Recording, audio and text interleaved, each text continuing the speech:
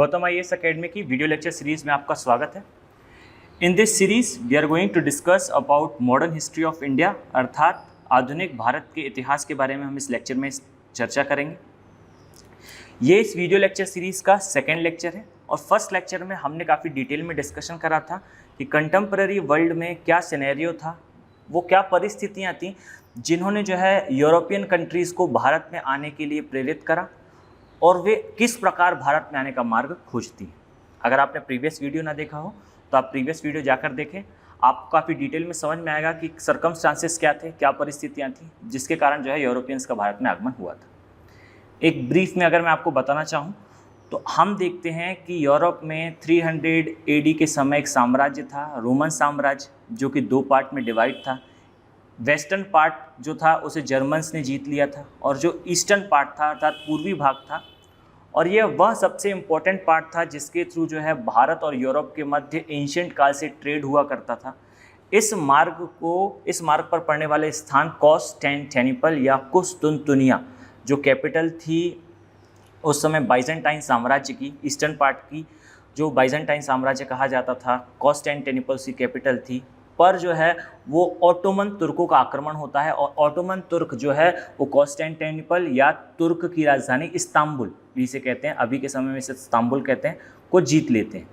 जिसके कारण, इस विजय के कारण जो है वो व्यापारिक मार्ग जो एंशिएंट समय से चला आ रहा था वो अवरुद्ध हो जाता है और इस प्रकार इस एंशिएंट मार्ग के अवरुद्ध होने से एक नए व्यापारिक मार्ग की खोज का प्रयास जो है वो स्टार्ट होता है और इस प्रयास को एक भौगोलिक खोजों का युग ही कहा गया, जिसके समय जो है उत्तरी अमेरिका, दक्षिणी अमेरिका, हमारा केप ऑफ गुड होप्स जो है ये सब खोजा गया। वास्को डी गामा जो था पुर्तगाली, वो पुर्तगाल से निकला और भारत तक आने के एक वैकल्पिक मार्ग की खोज करता है।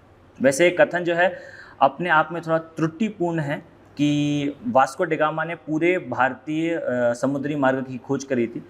वास्तव में हमने प्रीवियस वीडियो में डिस्कस करा था किस प्रकार हेनरी द नेविगेटर ने अफ्रीका के तट की खोज करी।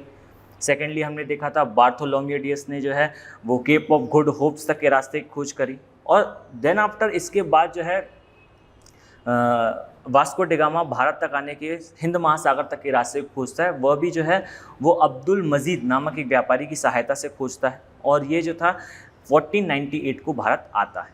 और ये आता कहाँ पर है? ये आता है कालीकट में, और कालीकट में इस प्रकार आता है, जमोरिन उसका स्वागत करता है। इतना तक का हमने जो है वो डिस्कस कर लिया था।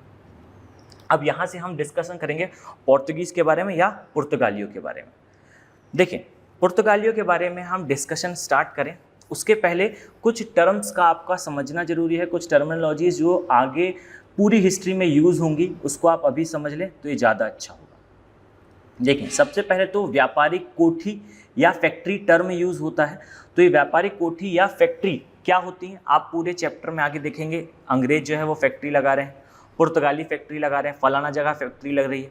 तो ये फैक्ट्री क्या है?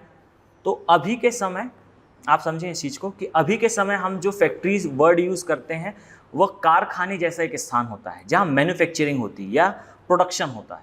पर ऐसा पहले के समय में, या जब हम ये वर्ड यूज़ करते हैं हिस्ट्री में कि ये फैक्ट्री थी, फलाना फैक्ट्री थी, ढिमकाना फैक्ट्री थी, यहाँ फैक्ट्री लगी थी, तो इसका अर्थ कारखाने से या ऐसा स्थान जहाँ प्रोडक्शन होता है से नहीं है।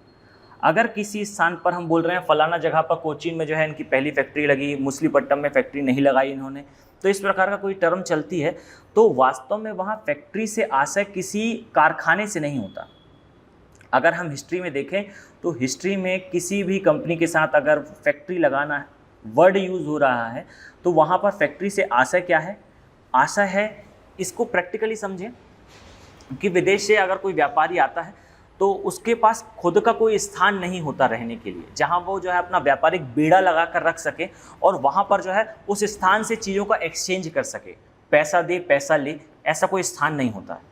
तो इसके लिए जो भी बाहर से कंपनीज आती थी वो वहाँ के शासक से अनुमति लेती थी कि एक क्षेत्र विशेष जो है उनका, उस क्षेत्र विशेष में वो अपना बेड़ा लगाएं, वहाँ पर जो है अपना व्यापारिक केंद्र बनाएं। उस केंद्र में वे जो है वहाँ के अन्य लोगों से सामान खरीदते हैं, एक्सचेंज करते हैं और उनके साथ, उन व्यापारियों के साथ अर्थात जो विदेश से आए हुए लोग हैं उनके साथ जो है वो वहाँ रहने का आवास बना लेते थे। रहने के लिए आवास का निर्माण कर लेते थे। अर्थात फैक्ट्री का आशय है ऐसा स्थान जहां विदेश से आए लोग स्थानीय लोगों के साथ सामान को एक्सचेंज करते हैं, मार्केट के साथ इंटरेक्शन करते हैं, और सेकंड वहाँ वो निवास करते हैं, वहाँ वो रहते हैं, उनकी वहाँ कॉलोनीज होती हैं। इसे कहा जाता है फैक्ट्री। और इसी फैक्ट्री के साथ एक टर्म और आ जाता है फैक्ट्री की या कोठी की किलेबंदी। और यहीं से जो है समस्या स्टार्ट होती है कि कोई भी कंपनी जो भारत आती है वह फैक्ट्री लगाती है, तो फैक्ट्री लगाने के बाद उसकी किलेबंदी कर लेती है। अर्थात वो जहाँ रह रहे हैं, जहाँ से वो मार्केट से इंटरेक्शन कर रहे हैं, एक्सचेंज कर रहे हैं सामान का, उसे जो है वो चारों तरफ से घेर लेते हैं, बंद कर लेते हैं, बड़ी बड़ी दीवारें उठा लेते हैं और फैक्ट्री की किलेबंदी कर लेते हैं। यही जो है आगे समस्या कारण बनता है। खैर अपन आगे इसके बारे में बहुत डिटेल में डिस्कशन करेंगे, तो आगे मैं इस चर्चा को आगे नहीं बढ़ाऊंगा। तो फैक्ट्री टर्म क्लियर हुआ आपको कि फैक्ट्री क्या होती है। सेकेंड चीज़ देखें, हमने प्रीवियस वीडियो में देखा था किस प्रकार जो है पुर्तगाली भारत में आए थे, लेकिन हमको इसको समझने से पहले दो टर्म समझने होंगे। हम पुर्तगाली स्टार्ट करें उसके पहले हम दो चीज़ें और समझेंगे। सबसे पहली चीज़ है बुलियंस। बुलियंस या बुलियंस थ्योरी क्या होती है। देखें, ये सब कुछ जो हो रहा है वास्तव में ट्रेड के लिए हो रहा है, पैसे कमाने के लिए हो रहा है, और ये ट्रेड और पैसे कमाने का ही जो कार्य है ये हाईली इफेक्टेड है बुलियंस थ्योरी पर। और ये बुलियंस क्या होते हैं? बुलियंस होता है सोना चांदी। देखें, इस चीज़ को समझें कि कोई भी देश आज के समय में हो चाहे पहले के समय में हो, वह यह चाहेगा कि उसके पास जो वेल्थ है, वेल्थ का प्योरेस्ट फॉर्म है, सबसे शुद्ध फॉर्म है वेल्थ का, उनकी समृद्धता का जो सबसे शुद्ध फॉर्म है वो क्या होता है? वह होता है सोना एवं चांदी। तो कोई भी देश ये नहीं चाहेगा कि वो ऐसा कोई व्यापार करे जिसके द्वारा जो है उसके बुलियंस अर्थात सोना या चांदी एक देश से, जो उसका स्वयं का देश है, उससे दूसरे देश में चले जाएं। अर्थात सोने चांदी के बदले सामान खरीदना वास्तव में लंबे समय में घाटे का सौदा होता है। इसे ही कहा जाता है बुलियंस थ्योरी। अब इस बुलियंस थ्योरी के अनुसार अगर कोई देश किसी दूसरे देश के साथ सामान के बदले सोना चांदी दे रहा है, सोना चांदी देकर सामान खरीद रहा है, तो वास्तव में लंबे समय में वह देश जो है वो प्रगति के अपने चरम को प्राप्त नहीं कर सकता। इवन जो है आर्थिक विषमता उस देश में जो है बहुत अधिक हो जाएगी। तो इस बुलियंस थ्योरी को आप थोड़ा ध्यान रखें, इसे मैं आगे कोरिलेट करूंगा। सेकंड चीज़ है कि ट्रेड ट्रायंगल क्या है। आप सभी एटलस अगर हो आपके पास तो एटलस पे देखें। ट्रेड ट्रायंगल था, ये आप समझें मिडिवल एज से मॉडर्न एज आने के मध्य एक ट्रेड ट्रायंगल सा निर्मित हो गया था। देखिए, जो वेस्टर्न कंट्रीज थी वो भारत आ रही थी, लेकिन इसी आने के क्रम में 1400 से 1600 के बीच में, ये जो 1400 से 1600 के बीच का जो ये समय है, इस समय में जो है एक ट्रेड ट्रायंगल हमें देखने को मिलता है। और कहाँ मिलता है? तो आप मैप पर देखें, यूरोप देखेंगे आप, यूरोप से नीचे आएंगे अफ्रीका, और अफ्रीका से जाएंगे अमेरिका। तो ये एक ट्रायंगल बनता है, एक यूरोप, ये अफ्रीका, ये जो है अमेरिका, उत्तरी अमेरिका और दक्षिणी अमेरिका। ये एक ट्रेड ट्रायंगल बन जाता है। ये ट्रेड ट्रायंगल क्या है? ये एक बार जो है यूपीपीसीएस में पूछा गया क्वेश्चन है कि ये ट्रेड ट्रायंगल क्या है। यूपीएससी में एक बार एक क्वेश्चन आया था, डिफाइन ट्रेड ट्रायंगल। ये जो है 3 मार्कर में कई बार पूछा गया है कि मिडिवल एज के बाद का ट्रेड ट्रायंगल क्या था। तो ट्रेड ट्रायंगल किस प्रकार है इसको समझें कि जो यूरोपियन कंट्रीज थी, यहाँ से जहाज जो है वो यूरोप का बना हुआ माल लेकर निकलते थे। अब वो बना हुआ माल कुछ भी हो सकता है, प्रोसेस्ड सामान कुछ भी हो सकता है। वो यूरोप से जो है बना हुआ कारखाने में निर्मित सामान लेकर निकलते हैं। वह जहाज जो है वो अफ्रीका पहुंचता है, और अफ्रीका में वो बना हुआ सामान जो है वो व्यापारियों को बेच दिया जाता है। और व्यापारियों को बेचने के बाद उनसे पैसे नहीं लिए जाते, पैसे कहें या हम कहें सोना चांदी, उनसे जो है सोना चांदी नहीं लिया जाता, बल्कि लिए क्या जाते हैं? दास लिए जाते हैं। अर्थात अफ्रीका से लोगों को, दासों को खरीदा जाता है, और ख़रीद कर जो है वो जहाज में भरकर उनको अमेरिका ले जाया जाता है। अब ये अमेरिका ले जाने के बाद दासों को अमेरिका में बेच देते थे। और अमेरिका में जो आप अभी न्यूज़ में काफ़ी सुन रहे होंगे, दंगे वंगे चल रहे थे अमेरिका में, वो जो पहुंचने वाले अश्वेत थे, जो ब्लैकमैन्स थे, वो जो है वो अफ्रीका से इसी ट्रेड ट्रायंगल के थ्रू वहाँ गए थे। यहाँ से दासों को, अफ्रीका से दासों को खरीद कर अमेरिका में बेच दिया जाता था। और अमेरिका में भी कौन खरीदता था? बागानों के मालिक। और बागानों के मालिक इन दासों को खरीदते थे क्योंकि ये जो है हाई लेबर का काम करते थे, अच्छा खासा इनके पास जो है लेबर पावर इकट्ठा हो जाता था, सस्ता लेबर होता था, एक बार पेमेंट से उनको दास मिल जाते थे। और ये जो जहाज़ था जिसने यहाँ से जो है दासों को खरीदा, अमेरिका में आकर इन्हीं बागानों के मालिकों से उनका कच्चा माल खरीद लिया करते थे, बदले में किसके? दासों के। और ये जो जहाज़ जो है यहाँ से दासों को छोड़कर कच्चा माल लेता और वापस यूरोप चला जाता। और यूरोप जाने पर यूरोप के जो कारखाने जिनसे इन्होंने जो है प्रोसेस्ड माल खरीदा था, उनको जो है ये जहाज़ वाले, ये बेड़े वाले जो है कच्चा माल प्रोवाइड कर देते थे। तो देखें, एक जहाज़ पूरी ट्रिप में 3 बार, एक ट्रिप में 3 बार जो है ट्रेड कर रहा है, एक्सचेंज कर रहा है। और यहाँ इस एक्सचेंज में ध्यान देने वाली बात है, सोने या चांदी का कहीं भी जो है एक्सचेंज नहीं हुआ, सिर्फ मुनाफा हुआ, एक्सचेंज किसी भी तरह से बुलियंस का नहीं हुआ है। ट्रेड सफल हुआ, सक्सेसफुल रहा, 3 टाइम सक्सेसफुल रहा, लेकिन कहीं भी इनको जो है इनके बुलियंस की हानि नहीं हो रही है। यूरोपियन कंट्रीज़ जो आज के समय आप देखते हैं काफ़ी ज़्यादा समृद्ध हैं, इनकी समृद्धि का सबसे बड़ा और सबसे इम्पोर्टेंट कारण ये ट्रेड ट्रायंगल भी रहा है।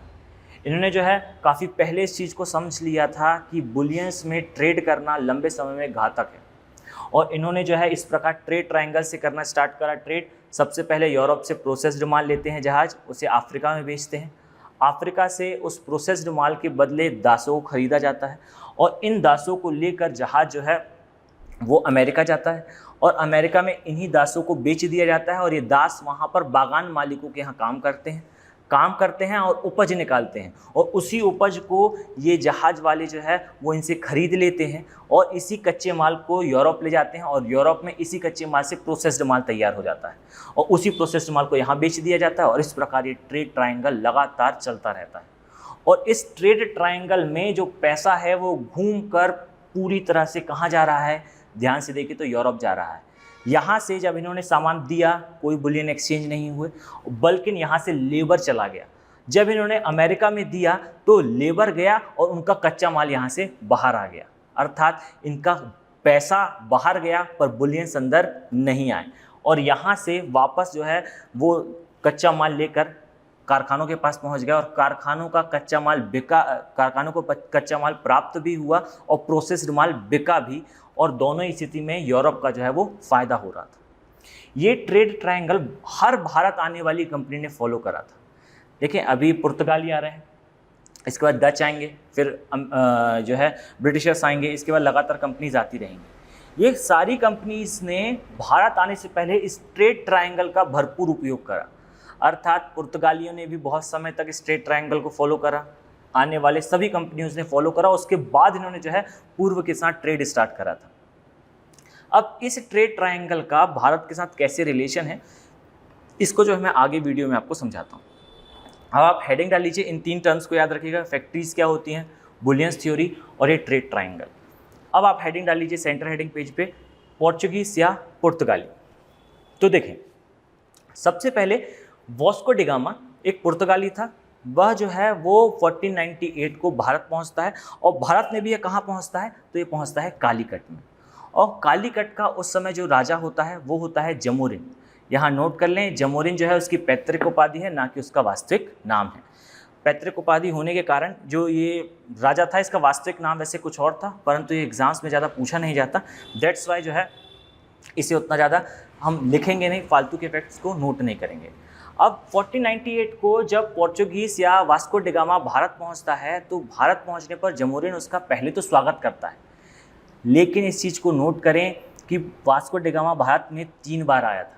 फर्स्ट टाइम जब ये आया था तो अपने ट्रेड के पश्चात जब ये वापस गया था तो इसको 60 गुना से अधिक फ़ायदा हुआ था, 60 टाइम्स जो है वो ज़्यादा फ़ायदा हुआ था। इवन कई बुक्स में ऐसा मेंशन है, ऐसा दर्शाया गया है कि वास्को डी गामा ने जब अपने यहाँ कार्य करने वाले जहाजी बेड़े में काम करने वाले लोगों को पेमेंट की थी तो 5 टाइम्स ज़्यादा पेमेंट करने के बाद भी उसको 60 गुना से अधिक फ़ायदा हुआ था। जब पुर्तगाली भारत पहुँचा, कालीकट पहुंचा, तो इसने काफ़ी सारा सामान खरीदा, और उस सामान में सबसे बड़ा अंश जो था, सबसे बड़ा शेयर जो था वो काली मिर्च का था और जड़ी बूटियों का था। कई बार ये क्वेश्चन आया है कि जो वास्को डी गामा भारत आया तो जाते समय वो सबसे अधिक मात्रा में क्या लेकर गया था, तो वो भारत से सबसे अधिक मात्रा में लेके गया था ब्लैक गोल्ड, अर्थात हमारे यहाँ की काली मिर्च। यूरोप में एक समय पर एक खाना जो है, जो दैनिक दिनचर्या के समय जो यूज़ करते हैं भोजन, उसका एक बहुत बड़ा अंश और उसका सबसे महत्वपूर्ण मसाला जो था वो काली मिर्च हुआ करती थी, और वह काली मिर्च जो है भारत में बहुत अधिक मात्रा में हुआ करती थी। तो ये वास्को डी गामा यहाँ से भारत से काली मिर्च और जड़ी बूटियाँ अन्य चीज़ें लेकर गया था। यहाँ आप नोट कर लीजिए कि पुर्तगाली वास्तव में सब कुछ ले गया होगा, लेकिन सूती वस्त्र नहीं ले गया था। वस्त्रों का ट्रेड पुर्तगालियों ने शुरू नहीं करा था। भारत से वस्त्रों का विदेश जाना मॉडर्न हिस्ट्री के लिए हम देखें तो वो जो है वो डच से स्टार्ट हुआ। यहाँ नोट कर लीजिए, एक क्वेश्चन आया हुआ है कि भारत में स्टेटमेंट था कि भारत में जो है वो किसने वस्त्रों का ट्रेड स्टार्ट करा यूरोप से, तो वो डच थे, पोर्चुगीज़ नहीं थे। अब देखिए 1498 को जब पुर्तगाली वास्को डी गामा भारत आया, आने के पश्चात इससे जो पुर्तगालियों की पहली फैक्ट्री थी वो 503 में लगी, 1503 में लगी, और वो भी कहाँ लगी? कोचीन। अब यहाँ सोचने वाली बात है कि जब पुर्तगाली वास्को डी गामा भारत आया 1498 में कालीकट में, पर फैक्ट्री कालीकट में नहीं लगी, फैक्ट्री लगती है कोचीन में। इसका रीज़न क्या है? तो इसका वास्तविक कारण है कि जब वास्को डी गामा भारत आया, जमोरिन ने स्वागत करा, इसके बाद 2 बार और आया था, और जमोरिन का और वास्को डी गामा का आपस में बहुत भयंकर विवाद हुआ था, और इस विवाद का कारण था वहाँ के अरब व्यापारी। देखें, ये अरब व्यापारी क्यों कारण थे? तो जब भारत में ट्रेड चल रहा था पुर्तगालियों के आने के पूर्व, तो उस ट्रेड पर सबसे बड़ा जो हिस्सा था वो अरब के व्यापारियों का था। अरब के व्यापारी जो है भारत के दक्षिणी भाग, ये आप देखें, जो है इस क्षेत्र पर अरब व्यापारी जो है लगातार व्यापार कर रहे थे। यहाँ से जो है सऊदी अरब वाला क्षेत्र, ये अरब प्रायद्वीप स्टार्ट हो जाता है। इस क्षेत्र में जो है लगातार ट्रेड कर रहे थे अरब के व्यापारी, और पुर्तगाली अरब के व्यापारियों को पीछे छोड़ने के उद्देश्य से भारत आए थे। तो जो हिंद महासागर का आपको क्षेत्र दिख रहा है, इस पर अरब के व्यापारियों का कब्जा था। और जब पुर्तगाली यहाँ पहुँचे, तो यहाँ पहुँचने के पश्चात कालीकट में जो जमोरिन था और वास्को डी गामा था, इसके मध्य विवाद का सबसे बड़ा कारण यही अरब के व्यापारी बने। रीज़न क्या था? बहुत ही सिंपल, कि पुर्तगाली जो है उनके व्यापारिक प्रतिद्वंदी थे, उनके कॉम्पिटिटर थे। वो अपने कॉम्पिटिटर को किसी भी हालत में भारत में या इस उपमहाद्वीप में स्थान नहीं देना चाहते थे। अब वास्को डी गामा को बाद में पुर्तगालियों को बाद में फैक्ट्री स्थापित करने के लिए कालीकट नहीं, कोचीन सही स्थान लगा। और उसका रीज़न ये भी था कि कोचीन और कालीकट दोनों के मध्य जो है विवाद चलता था। एक से विवाद हुआ तो दूसरे से मित्रता, और कोचीन में उन्होंने 503 में जो है अपनी एक फैक्ट्री स्थापित कर दी। तो इनकी पहली फैक्ट्री 503 में स्थापित हुई। कभी कभार पूछा जाता है सेकंड फैक्ट्री कब थी, तो सेकंड फैक्ट्री कुन्नूर में स्थापित करी 1505 में। और थर्ड फैक्ट्री, या फिर आप कहें one of the most important factories, जहां पुर्तगाली बहुत समय तक रहे और अंत तक रहे, भारत की आज़ादी के बाद तक रहे, फिर हमने जो है आगे कार्यवाही करके इन्होंने भगाया था। तो ये गोवा में जो है 1510 में इन्होंने फैक्ट्री बना ली थी। इस चीज़ को समझें कि पुर्तगाली जो भारत में आए थे, इनके आने का कारण, इनके कार्य, इनका पतन, इसको समझना कॉन्सेप्चुअली बहुत आसान है। अगर आप जो है एक स्टेटमेंट से इसको समझना चाहें, इसको स्टेटमेंट से समझने के लिए मैं आपको बताऊं, तो देखिए, आप इस स्टेटमेंट को नोट करें कोटेशन के साथ कि पुर्तगाली गवर्नर का नाम क्या था? अल्फांसो डिसूजा। पुर्तगाली गवर्नर, नाम है इनका अल्फांसो डिसूजा। इन्होंने जो है पुर्तगालियों के बारे में कथन दिया था। कथन इन्वर्टेड कॉमा में लिखिएगा कि पुर्तगाली भारत में एक हाथ पे तलवार और दूसरे हाथ में धर्म का क्रॉस लेकर आए थे। इसे ईसाइयत का क्रॉस भी बोलते हैं, क्रिश्चियनिटी का क्रॉस भी बोलते हैं। वे जो है क्रिश्चियनिटी का क्रॉस लेकर आए थे। जब भारत पहुंचे तथा भारत की अपार धन संपदा को देखा, तो उस अपार धन संपदा को देखकर जो है उन्होंने सबसे पहले अपने हाथ से तलवार छोड़ दी और सबसे जो है धन संपदा इकट्ठा करना स्टार्ट करा। फिर उन्होंने जो है अपने हाथ से धर्म का क्रॉस छोड़ दिया और दूसरे हाथ से भी जो है सोना भरने लगे अपनी जेब में, और अंततः पुर्तगालियों के पतन का कारण बना यही प्रवृत्ति। इनके इसी प्रकार अपने दोनों हाथों में लिए हथियारों को छोड़ देना पुर्तगालियों के पतन का कारण था। इन्वर्टेड कोमा क्लोज कर दीजिएगा। इस स्टेटमेंट को ध्यान से देखें, यहाँ पुर्तगालियों के आने का कारण भी बताया गया है, उनके पतन का कारण भी बताया गया है। और अगर आप थोड़ा सा दिमाग लगाएं, देखें थोड़े सा आप में थिंकिंग एबिलिटी होना चाहिए, अगर आप थोड़ा सा दिमाग लगाएं तो आप समझ जाएंगे कि वास्तव में इनके कार्य कैसे रहे होंगे भारत में, इनके दोनों हाथों के सिंबल्स को देखकर। आप सिर्फ इस स्टेटमेंट को देखें और आगे की जो है पूरी चीज़ें आपको क्लियर होती जाएंगी। तो सबसे पहले हम देखते हैं, इस स्टेटमेंट को लिख लिया आपने, अब हेडिंग डाल लीजिए कारण या रीज़न, अर्थात पुर्तगाली भारत में क्यों आए थे। तो आप जो है स्टेटमेंट को देखें, आप पाएंगे कि पुर्तगालियों के आगमन का सबसे पहला कारण था आर्थिक कारण, अर्थात वह भारत में आकर, आप इसको नोट करते जाएंगे, मैं बोलता जाऊंगा, आप इसको लिखते जाएं। देखें, पुर्तगाली भारत में आए, इसका सबसे बड़ा, सबसे इफेक्टिव या आप कहें उनको मोटिवेट करने वाला रीज़न था पैसा, धन। पूरा यूरोप जानता था। और अभी जब हम हिस्ट्री की बात करते हैं तो जब तक वास्को डी गामा और आगे के फेजेस नहीं आ जाते हैं तब तक जो है वो हमारे लिए वर्ल्ड जो है यूरोप, अफ्रीका और एशिया तक लिमिटेड है। अमेरिका जो है वो बाद में आएगा, बाद में इंट्रोड्यूस होगा, वो रेड इंडियंस का समय था, वो अलग चैप्टर है। हम जब कह रहे हैं वर्ल्ड तो पूरे वर्ल्ड से मेरा मतलब है यूरोप, अफ्रीका, एशिया और जो है ईस्टर्न द्वीप समूह। अब यहाँ पर देखें कि पूरा वर्ल्ड इस बात को जानता था, खासकर यूरोपियंस तो अच्छे से जानते थे कि भारत जो है एक अत्यधिक समृद्ध देश है।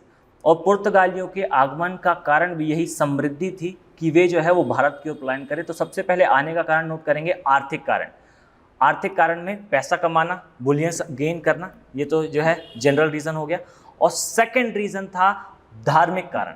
फर्स्ट है आर्थिक, सेकंड है धार्मिक, धर्म का क्रॉस लेकर आए थे।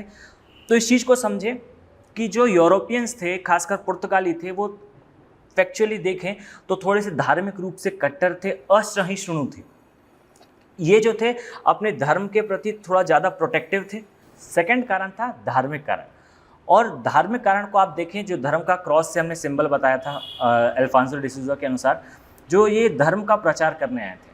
हमने जब रोमन साम्राज्य वाला चैप्टर था, इसके पहले जो हमने फर्स्ट वीडियो देखा था, उसमें हमने बताया था कि रोमन साम्राज्य का पतन हुआ था और इसके बाद जो था वो कैथोलिक जो समाज था, आप कहें जो कॉन्स्टेंटिनोपल के क्षेत्र में ईसाईयत थी, उस पर कब्जा हो गया था ऑटोमन तुर्कों का, अर्थात इस्लाम धर्म का क्रिश्चियनिटी या कैथोलिक पर जो है कब्जा हो गया था। तो ये जो थे धार्मिक रूप से थोड़े असहिष्णु पुर्तगाली अब ये सोचने लगे थे कि क्रिश्चियनिटी जो कि थोड़ी दब चुकी है, थोड़ा सा उसका जो है वो क्षेत्र दबाया जा चुका है इस्लाम के द्वारा, तो इसका जो है ओवरकम किस प्रकार करा जाए, तो ओवरकम करा जाए अफ्रीका और भारत जैसे बड़े लैंड एरियाज पर क्रिश्चियनिटी अर्थात ईसाईयत का प्रचार करके। तो पहला जो रीज़न था वो इकोनॉमिक रीज़न था, सेकंड जो था वो रिलीजियस रीज़न था। इन दोनों रीज़न के कारण पुर्तगालियों का भारत में आगमन हुआ था।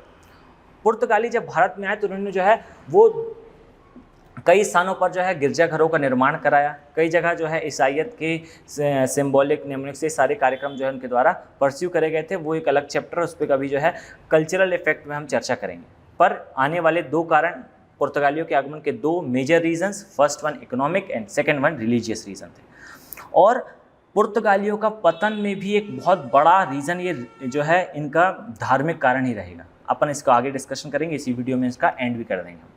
चलिए सेकंड हेडिंग देखें अपन, पुर्तगालियों के कार्य या पुर्तगाली आगे किस प्रकार जो है अपना कार्य भारत में संपन्न करते हैं, इसको आप देखें।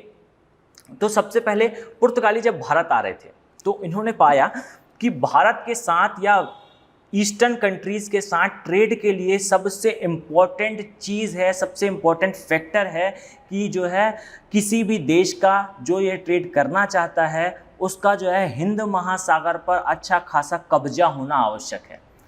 हिंद महासागर आप एटलस पर देखेंगे तो केप ऑफ गुड होप्स यहाँ पर जो है ये यूरोप है, अगर हम इसको इस प्रकार देखें ये अफ्रीका है, यहाँ से जो है ये अरब का प्रायद्वीप है और इस प्रकार ये भारत है, और यहाँ पर जो है वो ये यूरोप है, ये अफ्रीका है और ये इंडिया है।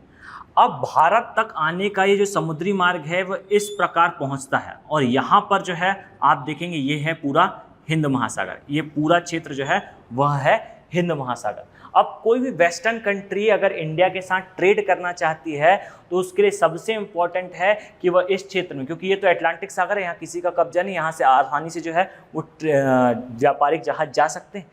इस क्षेत्र पर हिंद महासागर पर कंट्री का या व्यापारिक जो भी कोठी आई है भारत में उसका कब्जा होना इम्पॉर्टेंट है। और इसी हिंद महासागर पर कब्जा करने का आगे प्रयास करेंगे पुर्तगाली।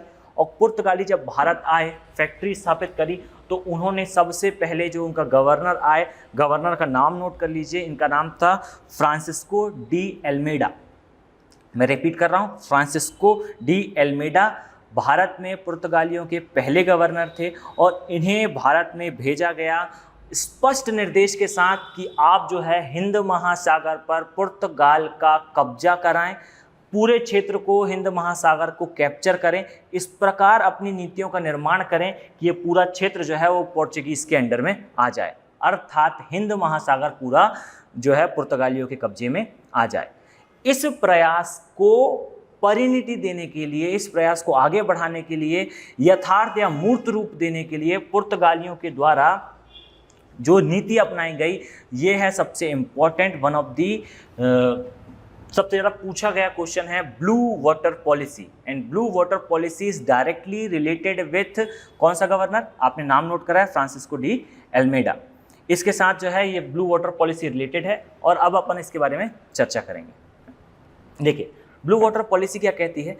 जब फ्रांसिस्को अल्मेडा जी जब यहाँ आए तो इन्होंने पाया कि हिंद महासागर पर कब्जा करने के लिए हमें जो है इस पूरे समुद्री मार्ग पर जो है अरबों का जो उस समय कब्जा है उसे हटाना पड़ेगा, और इसी कब्जे को हटाने के लिए इस ब्लू वाटर पॉलिसी के माध्यम से लगातार युद्ध लड़े गए और हिंद महासागर से अरबों के व्यापारियों को हटाया गया।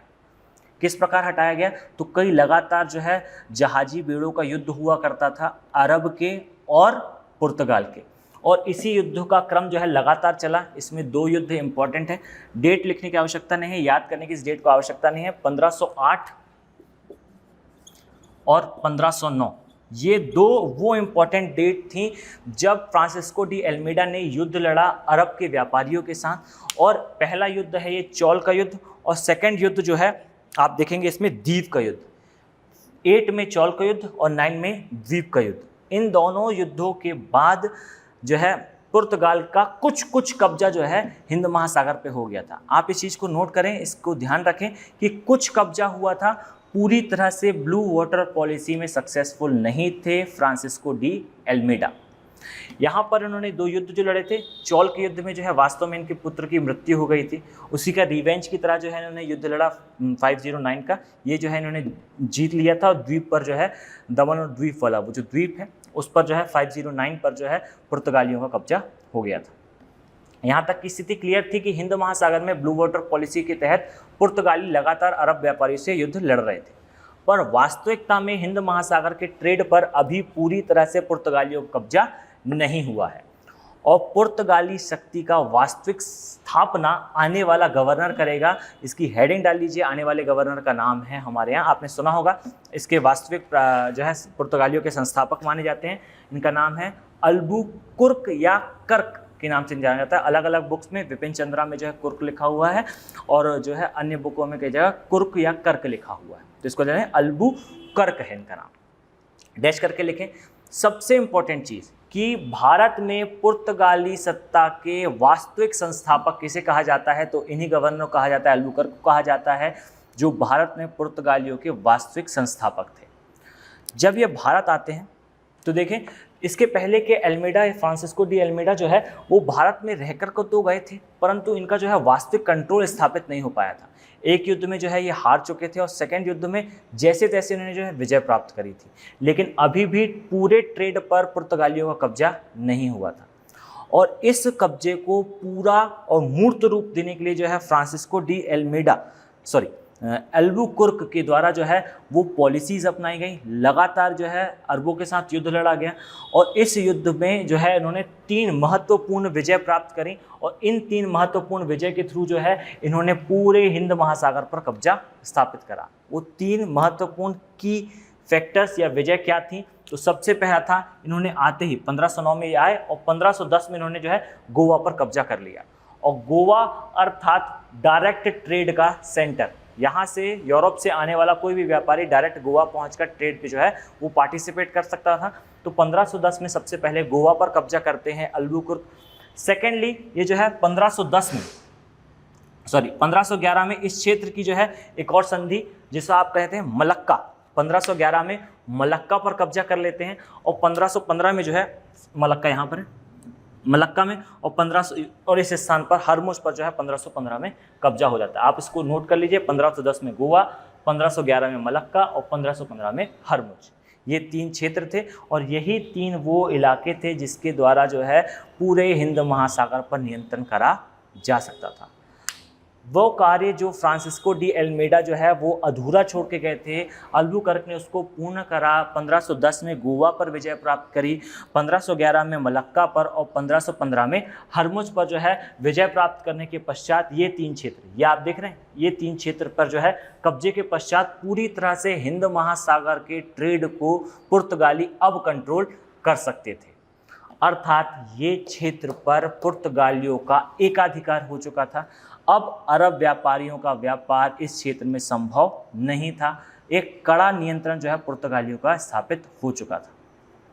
अब यहाँ पर जो है एक टर्म और यूज होती है इन विजय के पश्चात, खासकर 1515 की हरमुज विजय के पश्चात जो है पुर्तगाली थोड़े निरंकुश हो चुके थे हिंद महासागर में। खासकर मैं पुर्तगाल की बात नहीं कर रहा हूँ, वास्तव में हिंद महासागर में पुर्तगाली जो थे वो काफ़ी हद तक निरंकुश हो चुके थे। रीज़न ये था कि भारत में जो सत्ता थी, मुगल सत्ता थी, वो वास्तव में उतनी स्ट्रॉन्ग नहीं थी। कहाँ पर? सी लेवल पर।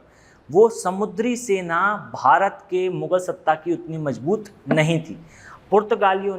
पुर्तगाली भले ही आपके जो है मुगलों के लैंड एरिया पर फैक्ट्री रखते थे, परंतु उनका पूरा नियंत्रण था हिंद महासागर पर। अब देखें, इस चीज़ को आप ध्यान से समझें कि जो ब्लू वाटर पॉलिसी थी ये डायरेक्टली रिलेटेड थी फ्रांसिस्को डी अल्मेडा से। इसके बाद जो है जो गवर्नर आते हैं अल्बुकुर्क, इससे डायरेक्टली रिलेटेड है कार्टेज व्यवस्था। इसको जो है ध्यान से नोट कर लीजिए, इसे कार्टेज व्यवस्था भी कहते हैं और इसका पूरा नाम है कार्टेज एर्मिडा। लिखते जाइए, कार्टेज एर्मिडा डी कैफिले, और कई जगह जो है डी हटा दिया जाता है, कार्टेज एर्मिडा कैफिले। इसे केवल 3 शब्दों से, इसका फुल फॉर्म है, कार्टेज कहते हैं इसको सामान्यतः, इसका फुल फॉर्म है कार्टेज एर्मिडा कैफिले और समटाइम्स कार्टेज एर्मिडा डी कैफिले। ओके, इसको नोट कर लीजिए आप। अब इसका मतलब समझते हैं। पुर्तगालियों ने इन 3 सेंटर्स पर जो है वो कब्जा करने के पश्चात इस पूरे हिंद महासागर पर अपना व्यापारिक नियंत्रण स्थापित तो कर लिया था, लेकिन इस व्यापारिक नियंत्रण का औचित्य क्या था? वो क्या रीज़न थे कि पुर्तगाली इस हिंद महासागर पर कब्जा करना चाहते थे? तो वो रीज़न था, यहाँ से ट्रेड हुआ करता था और इस ट्रेड मार्ग पर अगर किसी का कब्जा हो जाता है तो वो मन मुताबिक यहाँ से निकलने वाले जहाज़ों से टैक्स वसूल सकता है। भारत में मुगल सत्ता है, परंतु मुगल सत्ता हिंद महासागर में बिल्कुल कारगर नहीं है, उनका बिल्कुल नियंत्रण नहीं है। नौसेना मुगल सत्ता की क्षीण है, बहुत मजबूत नहीं है। थोड़ा बहुत जो है गुजरात के शासक के पास थी, पर वो जो है एक नाम मात्र की शक्ति थी, उसे जो है पुर्तगाली बहुत आसानी से परास्त कर सकते थे। तो जो पुर्तगालियों ने जब ये हिंद महासागर के ट्रेड पर पूरा कब्जा करा तो उन्होंने पॉलिसी अपनाई जो डायरेक्टली रिलेटेड है अल्बुकर्क से। उस व्यवस्था का नाम है कार्टेज या कार्टेज एल्मेडा डी कैफिले। इसका मतलब क्या है? कार्टेज का मतलब होता है आज्ञा पत्र। आप इसको समझे, आज्ञा पत्र समझे या इसे परमिट समझे। कार्टेज का अर्थ होता है परमिट, एर्मिडा का मतलब होता है शिप। पोर्चुगीज में एर्मिडा मतलब कि शिप होता है, खासकर ट्रेड करने वाला शिप। और कैफिले का वास्तविक अर्थ है काफिला ही, मतलब कि ग्रुप है, जहाज़ों का एक ग्रुप है, वो जा रहा है तो उसे कैफिला बोलते हैं, काफिला बोलते हैं। जो अपन बोलचाल की भाषा में काफिला बोलते हैं वो कैफिले है, उस वर्ड से आया हुआ है। तो कार्टेज एर्मिडा डी कैफिले ये व्यवस्था जो है अल्बुकर्क से रिलेटेड थी और इसके अंतर्गत क्या करा जाता था, तो आप इसे नोट करेंगे। कार्टेज व्यवस्था के अंतर्गत पुर्तगालियों द्वारा इस क्षेत्र में व्यापार करने वाले या हिंद महासागर को पार करने वाले व्यापारियों से टैक्स वसूला जाता था और वो टैक्स जो है वो पुर्तगाली स्वयं निर्धारित करते थे। इसमें किसी भी अन्य बाहरी हस्तक्षेप बर्दाश्त नहीं होता था, ना ही जो है मुगल दरबार से इसकी अनुमति आती थी, ना ही जो है अन्य किसी क्षेत्र से उन्हें अनुमति की आवश्यकता थी। वो डायरेक्ट जो है वो हिंद महासागर में होने वाले ट्रेड पर लगने वाला टैक्स स्वयं निर्धारित करते थे। अब इस टैक्स के थ्रू पुर्तगाल लगातार जो है प्रगति कर रहा था, पुर्तगाली लगातार अपनी शक्ति का विस्तार कर रहे थे और इसी कार्टेज व्यवस्था के कारण वो आने वाले लगभग 80, 90 या 100 साल तक लगातार भारत में व्यापार करते रहेंगे। आप इसको देखें इस चीज़ को, ये पूरी 15वीं शताब्दी तक हिंद महासागर पर पुर्तगालियों का एक छत्र राज्य चलता है। एक छत्र राज्य से आशा है यहाँ पर आने वाले हर एक शिप को पुर्तगालियों को जो है टैक्स देना पड़ता। इवन अगर पुर्तगालियों को ये महसूस होता कि इस क्षेत्र से निकलने वाला जहाज हमारे लिए व्यापारिक खतरा आगे उत्पन्न करेगा, तो वहाँ वो लूटपाट भी करना प्रारंभ कर देते थे और इसी लूटपाट के कारण आगे चलकर पुर्तगालियों का पतन भी होता है। आप देखेंगे पुर्तगालियों के पतन के कारण रीजंस में देखेंगे।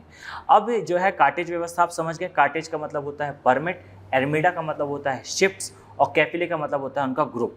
तो परमिट दिया जाता था पुर्तगालियों के द्वारा हिंद महासागर से निकलने वाले जो है जहाज़ों को और उस परमिट के बदले जो है पैसे लिए जाते थे। और बिल्कुल स्पष्ट उल्लेख है इस बात का कि जो हमारे यहाँ के मुग़ल के सबसे प्रभावी शासकों में से एक हैं, नाम है उनका अकबर। अकबर से भी जो है कार्टेज व्यवस्था के तहत टैक्स ले लिया करते थे पुर्तगाली, जबकि पुर्तगालियों को क्षेत्र में व्यापार करने की अनुमति जो है वो अकबर ने ही दी हुई होती है। फिर भी अकबर को जो है पुर्तगालियों को हिंद महासागर में टैक्स अदा करना पड़ता है, भले ही वो नॉमिनल हो, नाम मात्र का हो, परंतु अकबर भी जो है वो पुर्तगालियों को टैक्स दिया करते थे। अब इस स्थिति को आप समझें, बाजू में एक बड़ा साम्राज्य मुगल और यहाँ पर जो है समुद्र पर एक छत्र राज्य चल रहा है पुर्तगालियों का, और पुर्तगाली कितने इफेक्टिव तरीके से जो है से रेवेन्यू जनरेट कर रहे हैं। अब देखें पुर्तगालियों का जो सेंटर रहा शुरुआत में कोचीन था, लेकिन इसको सेंटर की तरह निर्मित करा था। यहाँ पर 3 फैक्ट बनते हैं पुर्तगालियों के बारे में जो थोड़े हायर लेवल फैक्ट हैं। सबसे पहली फैक्ट्री कोचीन में बनाई। कोचीन को पुर्तगालियों का सेंटर किसने बनाया? तो 3 फैक्ट हैं। सबसे पहले पुर्तगालियों की पहली फैक्ट्री कहाँ है? तो वह कोचीन में है। सेकंड, कोचीन को केंद्र की तरह स्थापित किसने करा? तो अल्बुकुर्क ने करा या कर्क ने करा। और थर्ड इंपॉर्टेंट चीज कि गोवा पर कब्जा कब हुआ था? तो 1510 में हुआ था, 1510 में हुआ था गोवा पर, और ये भी जो है अल्बुकर्क के समय ही हुआ था। और एक फैक्ट और नोट कर लें कि भारत में पुर्तगालियों की राजधानी गोवा किसने स्थापित करी थी या किसने स्थानांतरित करी थी? तो उनका नाम है नीनो दी कून्हू। ये जो है पुर्तगाली गवर्नर थे कून्हू, ऐसी कई जगह जो है कून्हा भी कहा जाता है नीनो। आप नाम याद रखें, नीनो दी कून्हा जो है इन्होंने गोवा में जो है अपनी कैपिटल स्थापित करी थी। चलिए, ये जो है कार्टेज व्यवस्था लिख लिया आपने। अब आप जो है अल्बुकर्क के बारे में 2 फैक्ट और नोट करेंगे। सबसे इंपॉर्टेंट, ऐसा कहा जाता है कि भारत में जो है इस क्षेत्र में पुर्तगालियों के क्षेत्र में सती प्रथा को किसने रोका था? केवल पुर्तगाली क्षेत्र में था, पूरे क्षेत्र में नहीं था ये। केवल पुर्तगाली के अधीन जो क्षेत्र था, पुर्तगालियों के अधीन जो क्षेत्र था, वहाँ पर सती प्रथा का अंत करा था अल्बुकर्क ने। ये एक फैक्ट आता है, कई बार पूछा गया, तो आप इसे भी जो है वो नोट कर लें। चलिए नेक्स्ट साइड हेडिंग दे लीजिए, लिख लीजिए, साइड हेडिंग डाल लीजिए कि पुर्तगालियों के भारत में कार्य या भारत में उनके द्वारा जो है वो क्या क्या लाया गया था, कार्य या क्या क्या लाया गया था, ये उनकी जो है साइड हेडिंग हो जाएगी। देखें अभी एक संदर्भ और आता है 1661 का, यहाँ पर 1661 का, 1668 का, पुर्तगाली राजकुमारी का विवाह और बम्बई का प्रदान किया जाना। ये दोनों चीज़ जो है वो मैं अभी छोड़ रहा हूँ, इसको आगे हम जो है अंग्रेज़ों के समय कवर करेंगे। वहाँ पर काफ़ी डिटेल में डिस्कशन करेंगे कि 1661 में क्या परिस्थितियाँ थी कि वो पुर्तगाल जो यूरोप में जो है वो धृष्टता कर रहा था, गुंडागर्दी कर रहा था, उसने अंततः अपनी राजकुमारी का विवाह ही करा दिया ब्रिटेन के राजकुमार के साथ। और फिर किस प्रकार जो है 10 पाउंड की वार्षिक दर पर पुर्तगालियों ने भेंट कर दिया अंग्रेज़ों को वो बम्बई जो ट्रेड के लिए सबसे इम्पोर्टेंट था। तो इसको थोड़ा सा हम अभी स्किप कर रहे हैं, इसके बारे में हम आगे अंग्रेजों वाले चैप्टर में डिटेल में डिस्कशन करेंगे और वहाँ रिक्वायर्ड रहता है, इसलिए हम इसको यहाँ पर स्किप कर रहे हैं। लिखना चाहें तो आप लिख सकते हैं 1661 में पुर्तगाली जो है राजकुमारी कैथरीन का विवाह जो है ब्रिटेन के राजकुमार के साथ हुआ था, और 1668 में जो है ब्रिटेन को प्राप्त हो गया था, ब्रिटेन की ईस्ट इंडिया कंपनी को प्राप्त हो गया था बम्बई दहेज के रूप में। तो ये एक जो है अलग चैप्टर रहेगा, उस तरफ अभी अपन नहीं बढ़ेंगे। साइड हेडिंग डाल लें कि पुर्तगाली भारत में कार्य क्या थे या क्या लेकर आए थे, ये जो है सबसे इंपॉर्टेंट है। तो सबसे पहले लिख लीजिए कि जो पुर्तगाली थे वो भारत में प्रिंटिंग प्रेस लेकर आए थे। प्रिंटिंग प्रेस आप सभी जानते होंगे, वो जो छापाखाने में यूज़ होती हैं, उसकी शुरुआत भारत में पुर्तगालियों के द्वारा या पुर्तगालियों के समय से हुई थी।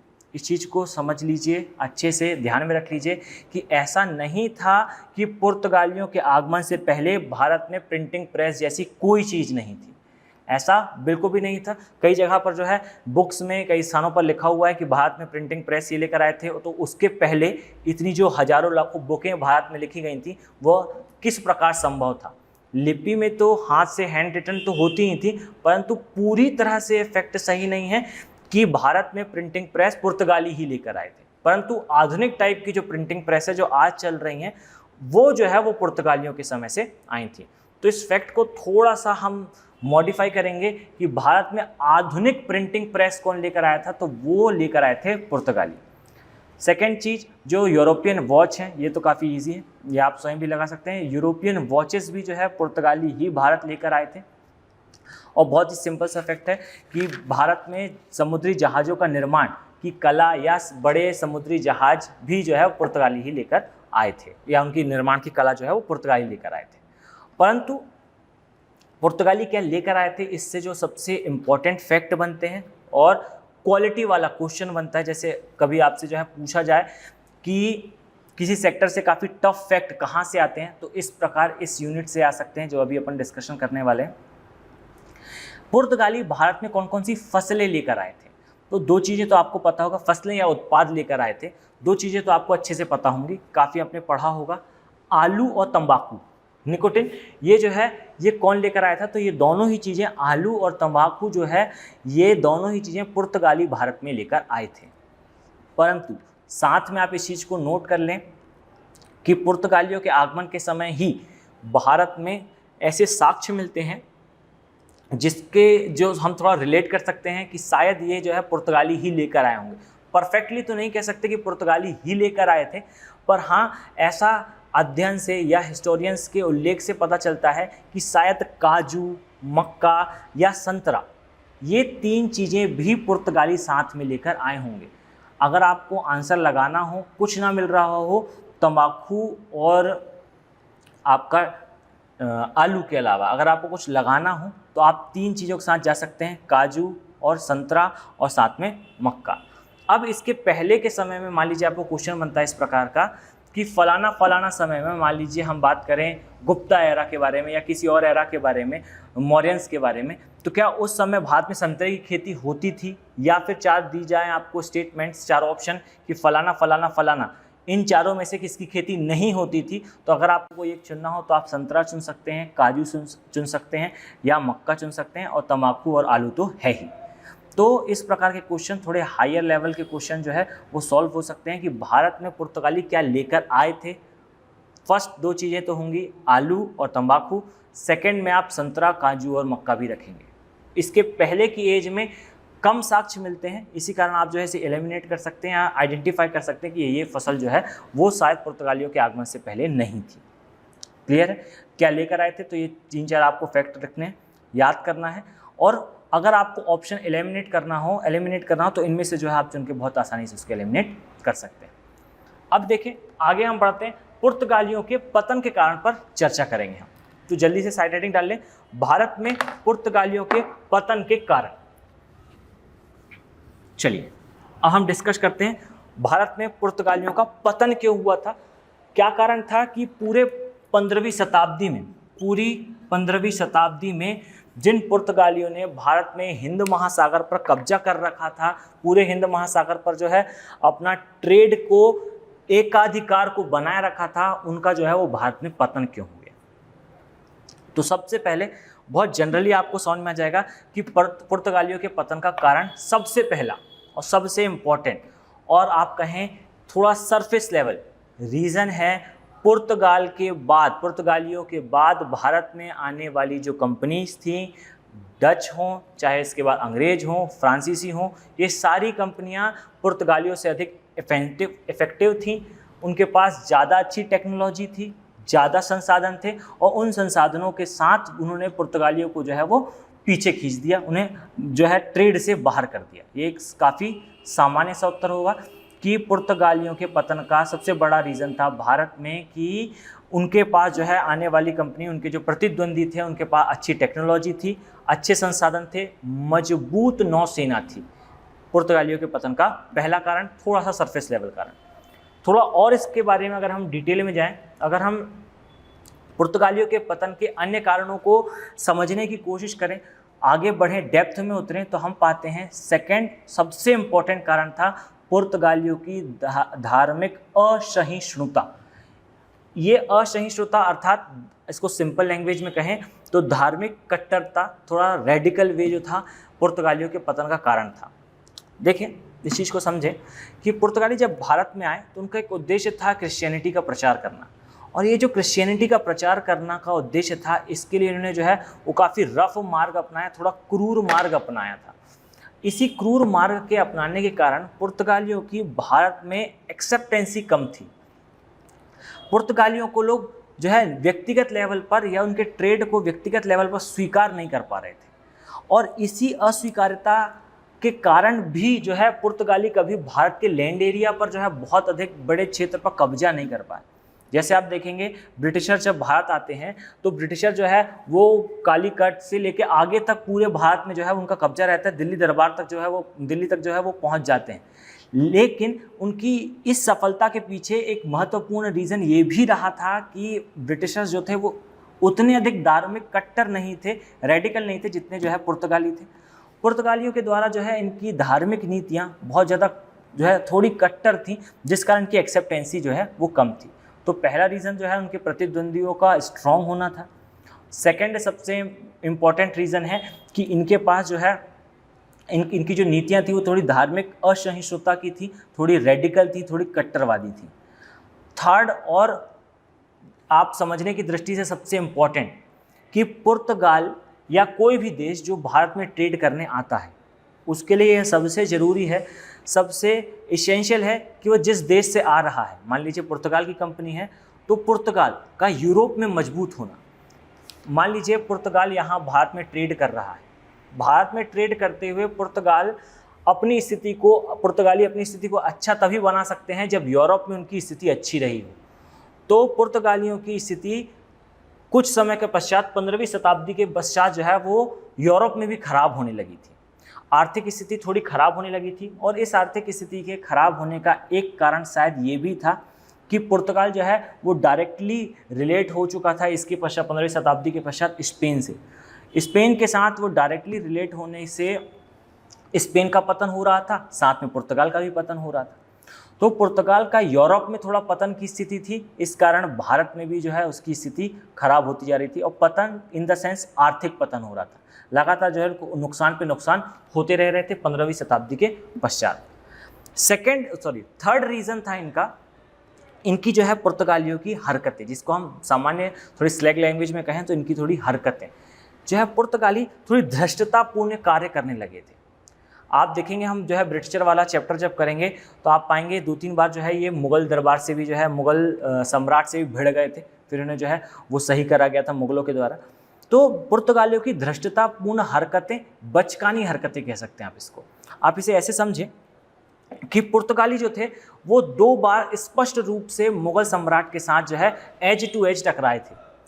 एक तो जो है वो जहांगीर के समय ही हुआ था। जहांगीर जो है ऐसा कहा जाता है कि जहांगीर और शाहजहां इन दोनों शासकों से पुर्तगाली जो है डायरेक्ट जो है टकराए थे 2 बार, या फिर कहें इनका जो है झड़प की स्थिति निर्मित हो चुकी थी। पहली बात तो ये कि पुर्तगाली जिस स्थान पर कंपनी स्थापित कर रहे हैं वहाँ का जो सम्राट है वो मुग़ल सम्राट है, और मुग़ल सम्राट के जहाज भी परमिट लेकर हिंद महासागर में व्यापार कर रहे हैं। और इसके बाद भी पुर्तगालियों के द्वारा जहांगीर के 4 इंपीरियल जहाज़ों को रोका गया और उनके साथ लूटपाट करी गई थी। तो 4 इंपीरियल जहाज़ों के साथ जहांगीर के जो थे, जहांगीर के 4 इंपीरियल जहाज़ों के साथ लूटपाट करी थी पुर्तगालियों ने। और इसके बाद जो है जहांगीर का इनके प्रति अप्रसन्नता की स्थिति उत्पन्न हो गई थी और इन्हें काफ़ी ज़्यादा जो छूट मिल रही थी भारत में ट्रेड की, उसमें काफ़ी जो है उसमें काफ़ी डिक्रीज़ हुआ था, काफ़ी कम हुई थी और पुर्तगालियों की स्थिति थोड़ी सी जो है वो ख़राब हुई थी इन 4 इंपीरियल जहाज़ों पर आक्रमण करने से या उन पर जो है लूटपाट करने से। और ऐसा भी कहा जाता है कि जहांगीर जो थे, जहांगीर की जो माता जी थी, उनका जो है इन 4 इंपीरियल जहाज़ों के आने वाले सामान पर जो है वो काफ़ी इंटरेस्ट था, वो काफ़ी इंटरेस्टेड थी इन जहाज़ से आने वाले सामान के लिए। अब वो जो है वो लूट लिया गया पुर्तगालियों के द्वारा और इसके कारण जो है इनके भारत के अंदर ट्रेड पर जो है बहुत नेगेटिव इफेक्ट आया था। सेकेंड चीज़ थी इनकी जहांगीर के समय, देखिए शाहजहां के समय, तो शाहजहां की वाइफ थी मुमताज़, जिनके लिए जो है ताजमहल बनाया गया था। जो मुमताज़ की 2 महत्वपूर्ण दासियां थीं, जो इम्पोर्टेंट दासियां थीं, उनके साथ भी पुर्तगालियों ने जो है दुर्व्यवहार किया था। ऐसा जो है कई जगह आपको लिखा मिलेगा बुक्स में, दुर्व्यवहार किया था, जिस कारण जो है वो शाहजहां भी जो है इनसे काफ़ी खफा हो गए थे, काफ़ी जो है इनके प्रति थोड़ी हार्ड नीतियाँ बनाने लगे थे। उनके लिए जो व्यापारिक छूट दी हुई थी उसे जो है वो बंद कर दिया था इन्होंने, बंद तो नहीं कहेंगे, काफ़ी कुछ कम कर दिया था। तो पुर्तगालियों के पतन के कुछ सबसे इम्पॉर्टेंट रीजंस में सबसे पहला है कि इनके जो व्यापारिक प्रतिद्वंदी थे वो मजबूत होने लगे समय के साथ, अच्छे प्रतिद्वंदी आए जिन्होंने इसको जो है ट्रेड से बाहर कर दिया। सेकेंड इम्पॉर्टेंट चीज़ थी कि ये धार्मिक असहिष्णु थे, इनकी एक्सेप्टेंसी भारत में कम हो रही थी इनकी धार्मिक नीतियों के कारण, कट्टरपंथी थे। थर्ड चीज़ थी कि पुर्तगाल का यूरोप में पतन हो रहा था, इस कारण आर्थिक पतन हो रहा था, इस कारण भी हिंद महासागर में इनकी स्थिति खराब हो रही थी और इस कारण भारत में स्थिति खराब हो रही थी। फोर्थ चीज़ हमने देखी कि पुर्तगालियों के कार्य, और उन कार्यों में 2 था, जहांगीर और शाहजहां के साथ इनका एज टू एज टकराना, जहांगीर के 4 इंपीरियल जहाज़ों के साथ लूटपाट और शाहजहां की वाइफ मुमताज़ की दासियों के साथ दुर्व्यवहार। इसके कारण भी पुर्तगालियों का जो है काफ़ी कुछ पतन हुआ था। काफ़ी कुछ जो है इनकी जो सॉफ्ट कॉर्नर दिया जाता था, व्यापार में इनको प्रेफरेंस दिया जाता था, उसको जो है वो मुगलों द्वारा जो है वो कम करा जाने लगा था। और अगर आपको जो है ये क्वेश्चन आता है कि भारत में पुर्तगालियों के पतन के कारण लिखें, तो उसमें एक पॉइंट इसेंशियल रूप से और आप लिखेंगे, और वो पॉइंट जो है वो था पुर्तगालियों के द्वारा एक अन्य क्षेत्र ब्राज़ील की खोज। देखें, पुर्तगालियों ने जो है भारत में आने का रास्ता तो खोजा ही था, साथ में 15वीं शताब्दी के पश्चात जो है ब्राज़ील की खोज भी की जा चुकी थी। तो पुर्तगालियों का काफ़ी कुछ फोकस जो है अब वो ब्राज़ील की ओर शिफ्ट हो गया था। तो ब्राज़ील की ओर शिफ्ट होने के कारण जो है उतनी इकोनॉमिक सहायता जो है पुर्तगाली कंपनी को भारत में नहीं दे पा रहा था पुर्तगाल, जिस कारण जो है पुर्तगाल की स्थिति भारत में जो है लगातार कमज़ोर होती गई, पुर्तगाली कंपनी की जो है लगातार स्थिति कमज़ोर होती गई। यहाँ पर जो है पुर्तगाली कंपनी पतन हो जाता है और इसके पश्चात आते हैं डच। तो अब आप हेडिंग डाल लीजिए, डच कंपनी, लिखना स्टार्ट करें। आप जो है 3-4 फैक्ट लिख लीजिए इसमें। सबसे पहले डच कंपनीज़ के बारे में। तो सबसे पहले डच कंपनी के बारे में लिखेंगे कि डच कंपनी की स्थापना कब हुई, उसकी डेट जो है आप एसेंशियल रूप से नोट कर लें। इसका रीज़न ये है कि डच कंपनी से ज़्यादा क्वेश्चन जो है वो पूछे नहीं जाते। अधिकांश क्वेश्चन जो है या तो पुर्तगाली से होते हैं, या तो जो है ब्रिटिशर्स से होते हैं, या कहें अंग्रेज से होते हैं, या वो फ्रांसीसी कंपनी से होते हैं। डच और डेनिश कंपनी से प्रीलिम्स में कम क्वेश्चन आते हैं, मेंस में नाम मात्र क्वेश्चन होते हैं, जो आप जो है इनकी एक जनरल रीडिंग में भी जो है क्वेश्चंस को क्रैक कर सकते हैं। तो सबसे पहले और सबसे इम्पॉर्टेंट फैक्ट कि ये डच कंपनी की स्थापना कब हुई थी, तो उसको नोट कर लीजिए। 1602 में डच कंपनी की स्थापना हुई थी, और ब्रैकेट में लिख लीजिए कि यह एक संयुक्त पूंजी कंपनी थी। मैं आपको जो है अभी डच के बारे में पूरी स्टोरी बताता हूँ, उनकी क्रोनोलॉजी बताता हूँ कि किस प्रकार जो है डच कंपनी भारत में स्थापित हुई और पतन हुआ, वो एक पूरा चैप्टर है। आप 2-4 फैक्ट पहले नोट कर लीजिए। 1602 में डच कंपनी की स्थापना होती है और यह एक संयुक्त पूंजी की कंपनी है। ये पहली संयुक्त पूंजी कंपनी भी मानी जाती है।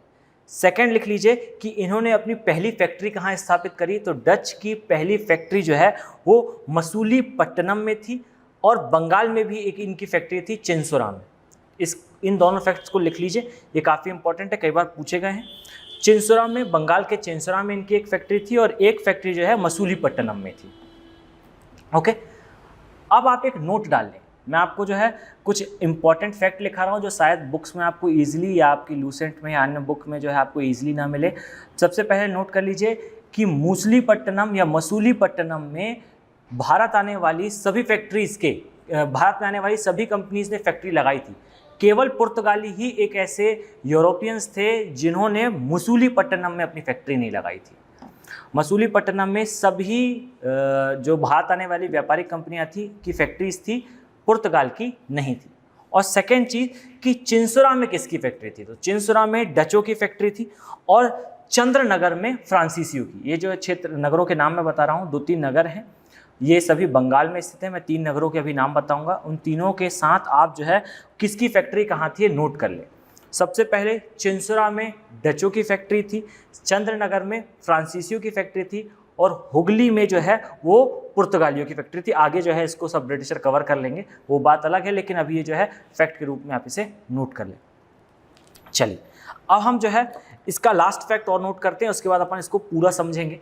तो इसका लास्ट फैक्ट है कि 1759, ये डेट लिख लें, 1759 की एक, इस डेट को बेडरा, इसको बेड्रा भी बोलते हैं, बेड्रा का एक युद्ध हुआ था। ये बेड्रा जो है ये चिंसुरा में ही स्थित है, जो अपने अभी फैक्ट्री का स्थान का नाम लिखा था आपने, वही चिंसुरा का एक क्षेत्र है। बेड्रा या बेड्रा के युद्ध में अंग्रेजों ने डचों को परास्त कर दिया और डचों को पूरी तरह से भारत से जो है वो समाप्त कर दी थी, शक्ति उनकी समाप्त हो चुकी थी। तो 1602 को डच भारत आए थे, डच कंपनी की स्थापना हुई थी और 1759 में इनका जो है बेडरा के युद्ध के बाद अंग्रेजों के द्वारा पूरी तरह से यहाँ भारत में खात्मा कर दिया गया। चिंसुरा में इनकी जो अंतिम फैक्ट्री थी वो भी जो है वो अंग्रेजों के अधीन आ चुकी थी और जो कुछ भी बची हुई थी वो केवल ट्रेडिंग यूनिट्स थी। डचों का लगभग इस युद्ध के बाद भारत में समाप्त हो चुका था कार्यक्रम, उनका पूरा जो है ट्रेड लगभग समाप्त हो चुका था। अब देखें, इस चीज़ को समझें, फैक्ट नोट हो चुके हैं, आप थोड़ा सा इस चीज़ को कंसोलिडेट करें। आपको इन फैक्ट के अलावा कोई फैक्ट अगर आपके प्री में देखने को मिले या कोई क्वेश्चन देखने को मिले डच से रिलेटेड, तो आप उसका आंसर किस प्रकार दे सकते हैं, तो उसको देखें। तो देखें, सबसे पहले पुर्तगाली कंपनी भारत में आई और ट्रेड चल रहा था उनका, लेकिन जब पुर्तगाली कंपनी का पतन होने लगा, हिंद महासागर से उनका कब्जा थोड़ा कम होने लगा, उसी समय 1602 को कंपनी स्थापित हुई डचों की। और आप डच की स्थिति या इस डच कंपनी को और याद रखें, इस डच के लिए एक और टर्म यूज होता है, हॉलैंड की कंपनी। डच वास्तव में हॉलैंड ही है और हॉलैंड ही नीदरलैंड है, मतलब हॉलैंड का ही पुराना नाम है, नया नाम है नीदरलैंड, और नीदरलैंड या डच ये सिमिलर चीज़ें हैं। डच कहूँ, मैं कहूँ हॉलैंड की कंपनी, मैं कहूँ नीदरलैंड की कंपनी, तो ये तीनों ही जो है वो एक ही चीज़ है, वो एक ही जगह को इंडिकेट कर रही है। अब ये जो यूरोपियन कंट्रीज थी, हॉलैंड, नीदरलैंड या आपका है डच, इसका वास्तव में यूरोप में पुर्तगाल से विवाद चल रहा था। जब पुर्तगाल का और यूरोप का विवाद चल रहा था, उसी के समय पुर्तगाली कंपनी भारत में आने का प्रयास कर रही थी। तो पुर्तगाली कंपनी जब भारत में आई तो इनकी पहले ही पुर्तगाल से जो है प्रतिद्वंद्विता थी और उसको जो है यहाँ पर भारत में आने पर भी जो इन्होंने पूरी तरह से परस्यू करा और भारत से जो पुर्तगाली सत्ता को उखाड़ फेंकने का सबसे बड़ा कार्य और उसमें सबसे बड़ा योगदान जो था वो पुर्तगालियों का ही था। पुर्तगालियों के द्वारा ही जो है डचों के द्वारा ही पुर्तगालियों को पूरी तरह से भारत में समाप्त करा गया था। पुर्तगाल और डच का पहले भी यूरोप में विवाद था और वो जो है राष्ट्रीयता के स्तर पे विवाद था, उस पर अपन ज़्यादा नहीं जाएंगे। वर्ल्ड हिस्ट्री जब हम देखेंगे तो आपको बताएंगे कि क्या परिस्थितियां थी कि पुर्तगाल और हॉलैंड के बीच में विवाद था। अब वो विवाद की स्थिति जो भी थी, प्रवासियों की स्थिति जो भी थी, उसके बारे में चर्चा ना करते हुए आप इधर आएँ तो भारत में भी जैसे ही पुर्तगाली कंपनी आई, उन्होंने अपनी वो प्रतिद्वंद्विता जो यूरोप में चल रही थी उसको यहाँ भी परस्यू करा और पुर्तगालियों को भारत से उखाड़ फेंका। ये एक चीज़ थी। सेकेंड चीज़ थी कि ये जो डच कंपनी थी ये भारत आई और इतने बड़े क्षेत्र हिंद महासागर पर कब्जा करने वाले पुर्तगालियों को इन्होंने इतनी आसानी से कैसे हरा दिया, तो इसके पीछे का सबसे बड़ा रीज़न था फ्लूट शिप। आप इसको टर्म नोट करें, फ्लूट शिप। अब ये जो फ्लूट शिप क्या है, तो ये फ्लूट शिप है, जो पुर्तगाली थे इनके जो जहाज़ थे वो काफ़ी बड़े थे बड़े भारी जहाज़ों को लेकर जो है ये चला करते थे। ये जो बड़े भारी जहाज़ थे इनको चलाने का खर्चा और मेंटेनेंस कॉस्ट बहुत ज़्यादा थी, इस कारण जो पुर्तगाली थे उनका मुनाफा काफ़ी कम हो रहा था। इसी के साथ जो डच थे इन्होंने एक नए टाइप का जहाज़ बनाया, नए टाइप के जहाज़ को जो है यूज़ करना स्टार्ट करा और ये जहाज़ थे फ्लूट शिप। ये जो फ्लूट शिप थे ये काफ़ी लंबे हुआ करते थे और काफ़ी हल्के हुआ करते थे, जिसके कारण इनकी जो कॉस्ट थी, जो पूरे टूर की कॉस्ट थी, वो 100 से 60% तक डिक्रीज हो गई थी। अगर पहले कॉस्ट उनकी 100 लगा कर दी थी तो अब 60, इवन सम 50। अगर जो है उनको मानसून के समय ट्रेड विंड मिल जाए तो 50% तक कम हो जाती थी। इतना जो है असर पड़ रहा था इन फ्लूट शिप्स के कारण। और ये जो फ्लूट शिप्स थे इनका यूज़ जो है वो वॉर में भी कर सकते थे। अगर युद्ध की कहीं स्थिति बनती थी तो ये जो शिप्स थे वो आसानी से मूव भी कर सकते थे और युद्ध करने में भी सक्षम थे। अर्थात ट्रेड और युद्ध दोनों में ही एक एडवांटेज मिल रहा था डच कंपनी को, क्योंकि उनके पास एक अच्छा शिप थी, शिप की टेक्नोलॉजी थी जो पुर्तगालियों के पास नहीं थी। आप देखें उनके पास टेक्नोलॉजी अच्छी है, अच्छे टेक्नोलॉजी वाला जहाज है और पुर्तगालियों को हराने का एक अच्छा रीज़न है। इस रीज़न के कारण जो डच थे वो लगातार पुर्तगालियों से युद्ध लड़ते रहे, कई स्थानों पर उनकी फैक्ट्रीज पर हमला भी करा और पुर्तगालियों को भारत से समाप्त भी कर दिया। उनकी शक्ति लगभग क्षीणता को प्राप्त कर लेती है। यहाँ पर देखना होगा कि डच जो कंपनी थी, जो डच कंपनी भारत आई थी, ये एक संयुक्त पूंजी कंपनी थी। अब ये संयुक्त पूंजी कंपनी क्या होती है, तो आप जो अभी वास्तव में अभी के समय में जो आप देखते हैं, जैसे कंपनीज के शेयर बेचे जाते हैं, जो ये शेयर का बेचना खरीदना होता है, इससे कंपनी को जो है वो फ़ायदा होता है। अर्थात एक कंपनी अपने शेयर जारी करती है और हम उन शेयर्स को खरीदते हैं और बदले में उस कंपनी को पैसा देते हैं। तो इससे कंपनी को रेवेन्यू मिलता है, पूंजी निवेश होता है, कैपिटल इन्वेस्टमेंट होता है और इस कैपिटल इन्वेस्टमेंट के कारण जो है वो गेन कर पाती है। तो ऐसा कहा जाता है कि जो ये डच कंपनी थी, हॉलैंड या नीदरलैंड की कंपनी थी, ये पहली संयुक्त पूंजी कंपनी थी जिसने अपने जो है वो शेयर रिलीज़ करे थे, शेयर बांटे थे, खरीदे गए थे इनके शेयर, और इनके शेयर खरीदने के साथ इनके पास जो है काफ़ी ज़्यादा पूंजी थी। तो ये कंपनी भी काफ़ी बड़ी थी, इनके पास हाई कैपिटल इन्वेस्टमेंट था एज़ कम्पेयर टू पोर्चुगीज़। तो इनको पुर्तगालियों के समक्ष अपनी स्थिति को सुदृढ़ करने में ये कैपिटल इन्वेस्टमेंट काफ़ी काम आया। इन डच कंपनीज़ के बारे में एक चीज़ आप और नोट करेंगे कि जो डच कंपनी थी, ये भारत में जितनी भी कंपनीज़ आई थी उन सब में सबसे ज़्यादा प्रोफेशनल थी। इन्होंने जो है हमेशा अपना फोकस रखा भारत के अंदर ट्रेड पर। यहाँ देखेंगे कि पुर्तगाली जो है वो भारत में ट्रेड कर रहे थे पर व्यापारिक एकाधिकार स्थापित करने की कोशिश कर रहे थे हिंद महासागर में। डच जो है वो भारत के अंदर कहीं भी व्यापारिक एकाधिकार स्थापित करने का प्रयास नहीं करते हैं। वास्तव में डच जो कंपनी थी वो भारत में बहुत अधिक स्थापित हो ही नहीं पाई। उन्होंने जो है हिंद महासागर से पुर्तगालियों को खदेड़ कर जो है स्वयं स्थापित हुए और इनकी स्थापना के साथ ही भारत में ब्रिटिशर भी जो है एक अच्छी स्थिति में आ रहे थे। 1602 में ये कंपनी आई थी, कंपनी स्थापित हुई थी डच की, और 1608 में जो है सूरत में ब्रिटिशर्स को अपनी फैक्ट्री स्थापित करने की अनुमति मिल चुकी थी। तो ये दोनों देश थे, ये जो दोनों कंपनीज थी वो भारत लगभग कुछ अंतर से साथ में आए थे। तो जो पुर्तगाली थे उनको डचों ने हटा दिया और अंग्रेजों ने पुर्तगालियों के साथ एक समझौता टाइप का आप कह सकते हैं कर लिया था। वो क्या समझौता था कि ये दोनों कंपनी, देखिए ये दोनों कंपनी, ब्रिटिश कंपनी या इंग्लिश कंपनी और डच कंपनी, ये दोनों लगभग एक साथ भारत में आए थे, लेकिन डचों ने पुर्तगालियों को स्थापित कर दिया था और ब्रिटिशर्स जो है और डच इन दोनों ने आपस में कुछ युद्धों या स्वयंभू तरीके से जो है अपने लैंड एरियाज को बांट लिया था। और कैसे बांटा था, तो ब्रिटिशर्स ने इनडायरेक्टली कहा कि हमारा जो क्षेत्र है वो भारत रहेगा, हमारी जो कॉलोनी है वो भारत तक सीमित रहेगी, आप इंटरफेयर ना करें। और जो ये डच कंपनी थी इससे कहा कि आप अपना ट्रेड जो है वो यहाँ के मसाला द्वीपों तक सीमित रखें। और ये मसाला द्वीप कौन से थे, तो ये है इंडोनेशिया और मलेशिया, इस तरफ के जो है पूरे द्वीप समूह। आप अभी जो देखते हैं जकार्ता इंडोनेशिया की कैपिटल, और ये पूरा क्षेत्र आप समझ सकते हैं ईस्टर्न द्वीप समूह को आप समझें। दक्षिण चीन सागर के नीचे वाला क्षेत्र। आप वर्ल्ड मैप पर देखेंगे तो वर्ल्ड मैप पे जहाँ पर दक्षिण चीन सागर है उसके नीचे का जो क्षेत्र है, छोटे छोटे जो द्वीप समूह आते हैं फिजी के बाद से, ब्रुनोई हो गया, इंडोनेशिया हो गया, मलेशिया हो गया, और इस तरफ का पूरा क्षेत्र जो है वो ईस्टर्न द्वीप समूह कहा जाता था उसे, और उस पर जो है डचों ने कब्जा कर लिया। तो ब्रिटिशर्स रह गए इंडिया में, डच अपने आप को सीमित कर लेते हैं ईस्टर्न द्वीप समूह पर।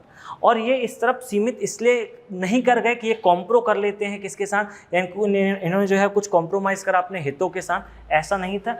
डच, जैसा आपने पहले नोट करा, डच कंपनी जो है एक बहुत प्रोफेशनल कंपनी थी, शेयर थे उसके, और उसका प्रमुख उद्देश्य रेवेन्यू जनरेट करना था। और रेवेन्यू जनरेट करने के लिए ये जो है ईस्टर्न द्वीप समूह जो है काफ़ी इंपॉर्टेंट थे, क्योंकि यहाँ मसालों का बहुत प्रोडक्शन होता था। भारत में तो होता ही था, इन द्वीप समूहों में भी मसालों का बहुत प्रोडक्शन होता था, और यहाँ पर कंस्ट्रेंट भारत की अपेक्षा कम थे, अवरोध भारत में ज़्यादा थे, इस क्षेत्र में अवरोध काफ़ी कम थे, बहुत आसानी से जो है यहाँ से ट्रेड करा जा सकता था। तो भारत में बहुत लंबे समय तक ब्रिटिशर्स ने रूल करा, और जो ईस्टर्न द्वीप समूह थे उसमें बहुत लंबे समय तक डचों ने जो है वो राज करा था। ये दोनों ब्रिटिश और डच कंपनीज के बीच में जो है कई युद्धों के बाद एक क्रमिक तौर पर जो है ये डिसाइड हुआ था कि ब्रिटिशर्स भारत में अपने आप को लिमिट करेंगे और डच जो है वो ईस्टर्न द्वीप समूह में अपने आप को लिमिट कर लेंगे। तो आपने देखा किस प्रकार डच और ब्रिटिशर्स के बीच में जो है भौगोलिक क्षेत्र का विभाजन हुआ, और ये जो है अंतिम परिणति लेता है 1759 के बेडरा वॉर में। और ये जो बेडरा का युद्ध था ये चिंसूर में हुआ था। चिंसूर जो है वो पश्चिम बंगाल में, वेस्ट बंगाल में। क्लियर है? आप कुछ फैक्ट्रीज़ के और नाम मैं आपको बता दूंगा इस वीडियो लेक्चर सीरीज़ के जो है इन कंपनीज़ के अंतिम चैप्टर पे। मैं आपको जो है एक पूरी टेबल बना के दे दूंगा, एक जो है ब्लैक बोर्ड पे, वाइट बोर्ड पे अपन टेबल बना लेंगे, जिसमें अपन जो है पूरी कंपनीज़ की स्थापना वाले ईयर, वे कब आई थी और कब गई। 3 टाइप के क्वेश्चन बनते हैं इनसे। फैक्ट्रीज़, पहली जो विदेशी कंपनी ने अपनी पहली फैक्ट्री कहाँ लगाई। सेकेंड चीज़ कि इनका जो है उसको कैपिटल कब बनाया इन्होंने, ये कंपनीज कब भारत आई और कब भारत से गई। ये जो है पूरे क्रम से आपको कई बार क्वेश्चन पूछे जाते हैं। इस कंपनीज के पूरे डिस्कशन के बाद 4th 5th वीडियो में मैं आपको वो टेबल दे दूंगा, प्रोवाइड करा देंगे हम आपको। चलिए, यहाँ पर ये वीडियो लेक्चर समाप्त होता है। आप इस लेक्चर में हमने देखा कि पुर्तगाली कंपनी का भारत में किस प्रकार आगमन हुआ, पूरे पुर्तगाल का हिंद महासागर पर किस प्रकार कब्जा हुआ, किस प्रकार उन्होंने मलक्का हरमुज को जीता, हिंद महासागर पर पूरी 15वीं शताब्दी तक वे जो है वर्चस्व स्थापित रहा उनका। इसके पश्चात इनका पतन होता है, चाहे वो रीज़न कोई भी हो, धार्मिक कारण हो, चाहे उनके जो है वो भारत के अंदर कार्य हो, धृष्टतापूर्ण कार्य हो, लूटपाट हो। पुर्तगालियों के पतन में एक विशेष कारण, एक महत्वपूर्ण कारण डच भी बनते हैं। डचों ने जो है वो पुर्तगालियों को स्थापित करा पूरी फ्लूइड शिप्स के द्वारा, और इसके बाद ब्रिटिशर्स और उनके बीच में वॉर होती है, जिसके कारण जो है ये एक क्रोनोलॉजी में डिसाइड हो जाता है कि ब्रिटिशर्स जो है वो अपना फोकस रखेंगे इंडिया के अंदर, और डच कंपनी जो है अपना फोकस रखेगी मसाला द्वीप पर। इनको जो है अभी के समय में इंडोनेशिया, मलेशिया वाला क्षेत्र कहा जाता है। हम नेक्स्ट वीडियो में अंग्रेज अर्थात ब्रिटिश ईस्ट इंडिया कंपनी के बारे में डिस्कशन करेंगे। मिलते हैं नेक्स्ट वीडियो पे। धन्यवाद।